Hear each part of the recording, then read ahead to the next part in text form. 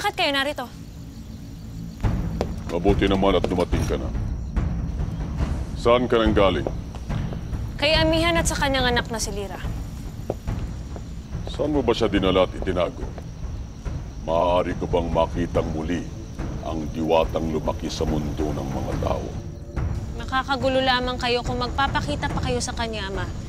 Lalo pat hindi ko alam kung paano ipapaliwanag sa kanya kung bakit ko naging kaanib ang mga hator na minsan ang nagtangka sa kanyang buhay. Mahal na hari, sinugot tayo ng kaanib ni Amihan. Sino-sino sila? Si Akil at Muros. Kasama nila ang isang hindi ko kilala. Marahil ay ito na ang hinihintay natin. Mainam. Tayo na't magpakilala sa kanya.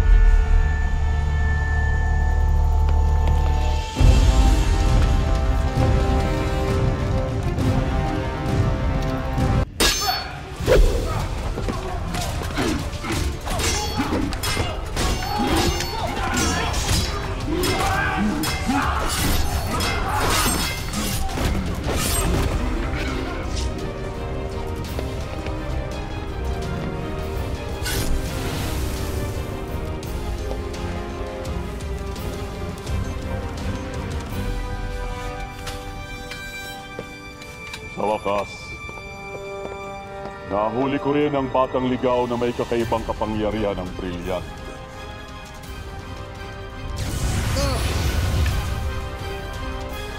Ipasok sila't ikulong! Tumakas na kayo!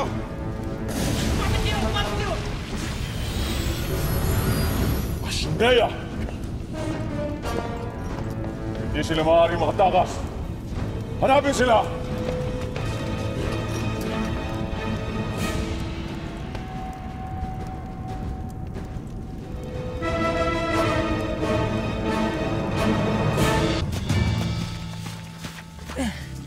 Opo. Nasaan na ibang kasama natin? Si Kalasag. Hindi ko alam dahil bigla na lang siya nawala. Teka na. Bumalik na tayo sa kuta. Pero paano si Reyna Amihan? Pao. Kapag malakas ka na ulit. Tsaka tayo babalik ng Lireo.